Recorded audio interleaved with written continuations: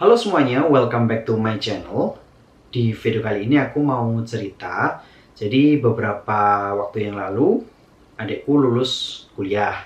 Nah, di situ kami sharing, diskusi bagaimana pengalamanku dulu mencari pekerjaan. Secara teknis memang ada perbedaan ya, karena memang mengikuti perkembangan zaman, tapi secara intinya itu masih tetap sama, masih relevan.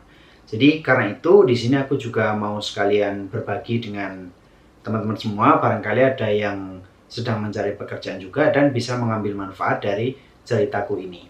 Oke, sekarang kita mulai. Tahap pertama yang bisa kita lakukan saat kita mencari pekerjaan adalah mencari informasi tentang lowongan pekerjaan yang lagi buka. Nah, kalau aku dulu utamanya aku menggunakan career center yang ada di kampusku. Jadi lowongan pekerjaan itu ada yang ditempel di mading kampus, di mading career center kampus, atau di website career center yang ada di kampus.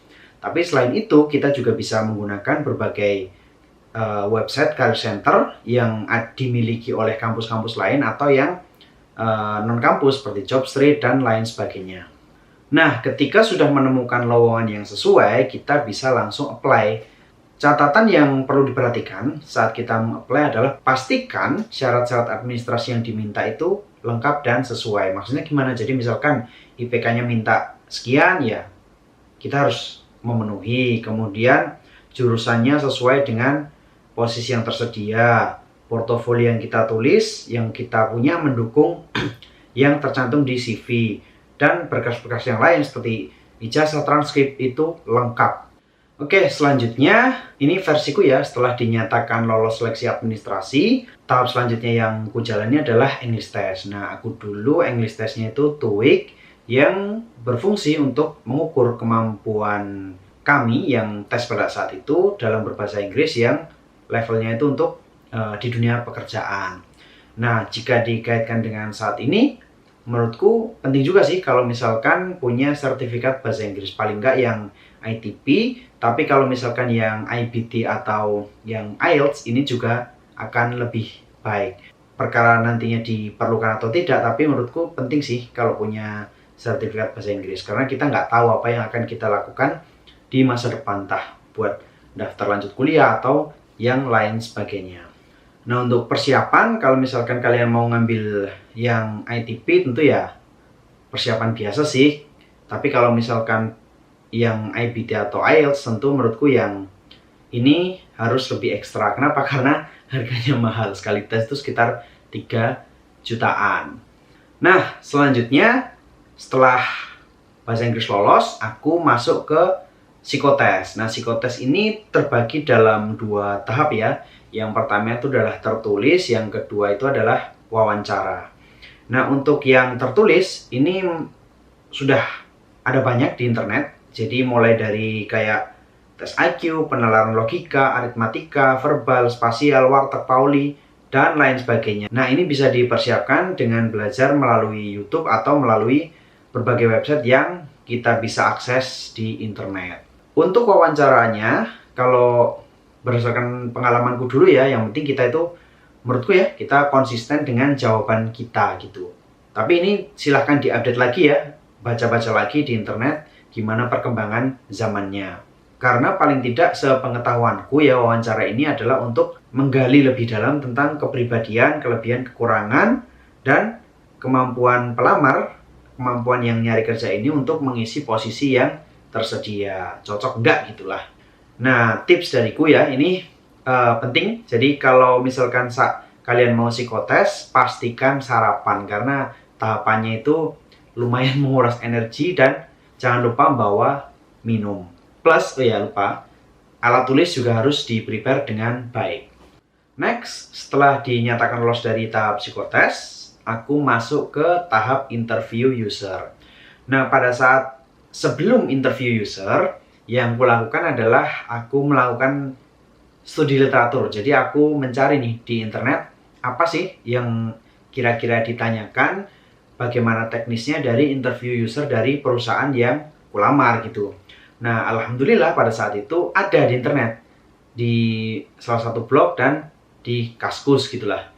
Nah dari situ aku belajar gitu kan. Dan yang menjadi catatan, interview user ini menggunakan bahasa Inggris gitu. Jadi ya aku persiapan gimana caranya aku merumuskan kira-kira pertanyaan apa aja sih yang kemungkinan ditanyakan. Terus di situ aku latihan, aku tulis jawabannya pakai bahasa Inggris, terus aku latih di depan cermin. Dan hasilnya adalah pada saat wawancara user, ya aku bisa menjawab dengan baik gitu, meskipun nggak 100%, tapi ya kalau misalkan kita udah punya poin-poin yang disampaikan kan mengembangkannya akan lebih mudah daripada kalau kita blank sama sekali kayak gitu. Dan pelajarannya apa? Jadi kalau misalkan mau interview ya, itu memang preparation yang baik itu akan sangat membantu kelancaran dalam interview user. Apalagi kalau kita sudah study literatur dan mencari bocoran-bocoran yang kemungkinan besar sudah ada di internet. Tahap selanjutnya setelah interview user adalah medical check up. Nah, untuk medical check up ini sebenarnya kan merupakan hal umum ya. Jadi bahkan sebelum aku lulus, sebelum aku sidang skripsi itu udah tahu kalau pasti ada medical check up. Nah, karena itu jadi aku preparationnya udah dari lama sih. Jadi ketika pas ngerjain skripsi itu aku paling tidak seminggu sekali lari. Nah, setelah sidang sambil menunggu pengumuman kelulusan, pengumuman wisuda, aku rutin lari gitu dan mulai menjaga dua hal. Yang pertama adalah tidur dan makan. Nah, dari sini ya alhamdulillah lolos seleksi medical check up. Tapi mungkin sedikit yang bisa aku bagikan ya. Jadi medical check up itu ada berbagai versi ya. Kalau aku dulu di perusahaan yang aku daftar yang sebagai dasar cerita ini, itu yang medical check up-nya itu contohnya adalah mata, kemudian penglihatan paru-paru, darah, tapi nggak sampai kayak lari atau misalkan tes ambeien. Tapi mungkin di beberapa perusahaan lain ada yang menggunakan fisik kayak lari, terus dan tes ambeien gitu. Jadi silahkan dipersiapkan sebaik mungkin. Dan saranku, selain menjaga makan dan tidur tadi ya nggak begadang, hindari gorengan. Karena kan nggak lucu ya, pasti akan nyesek banget kalau misalkan kalian gagal medical check up cuma karena kolesterol kalian tinggi. Selanjutnya, setelah lolos medical check up, tahap yang kulalui adalah pantukhir. Nah, pantukhir ini ada yang bilang singkatan dari penentuan akhir, tapi ada juga yang bilang sebagai pantauan akhir. Tapi intinya adalah wawancara dengan top manajemen di perusahaan, direksi. Nah, pada saat itu wawancaranya lebih banyak mendengarkan sih. Jadi di awal itu kayak perkenalan singkat lah pakai bahasa Inggris. Terus setelah itu lebih banyak mendengarkan wejangan dari top manajemen yang ada di depanku gitu. Tapi yang menarik adalah pada saat itu aku ditanya. Jadi waktu mengajukan lamaran, waktu di tahap pertama itu, aku berkasnya itu surat lamaranku berbunyi aku mau mendaftar di bagian engineering gitulah. Tapi pada saat pantukhir, aku ditanya lagi. Jadi kamu ini kayaknya suka menjelaskan. Nah, kamu mau tetap masuk di engineering atau mau masuk di bagian kayak learning centernya gitu di perusahaan itu. Tapi aku jawab, ya aku tetap di engineering aja dan dikabulkan gitu. Dan sampai sekarang aku masih di bagian engineering. Terus setelah itu sebenarnya tahap rekrutmennya udah selesai ya. Karena kalau misalkan lolos pantukhir itu tahap selanjutnya adalah tanda tangan kontrak. Ya udah, selang beberapa waktu itu aku diundang ke perusahaan untuk tanda tangan kontrak gitu ya. Ya udah, di situ aku tanda tangan kontrak, dan kontraknya ini tentu ini ya berbeda-beda lah antara satu perusahaan dengan perusahaan lain. Tapi yang perlu menjadi catatan yang bisa aku sharingkan adalah di situ bisa jadi ada pertama ikatan dinas. Nah, ikatan dinas ini kalau misalkan kalian nggak setuju ya kalian nggak usah tanda tangan kontrak gitu. Tapi harusnya sih informasi-informasi kayak gini udah kalian miliki di awal, entah dari browsing, entah dari informasi yang lain. Tapi harusnya sih udah tahu ya. Jadi ketika tanda tangan kontrak itu kalian sudah mengetahui gambaran besar dari perusahaan tempat di mana kalian akan bekerja. Terus ya memang aku dulu ada ikatan dinas selama 3 tahun dan 5 tahun. Jadi aku akan disekolahkan dulu Terus ikatan dinas yang pertama itu 3 tahun. Nah, ikatan dinas yang kedua kalau misalkan aku masuk ke sekolah lanjutan itu 5 tahun.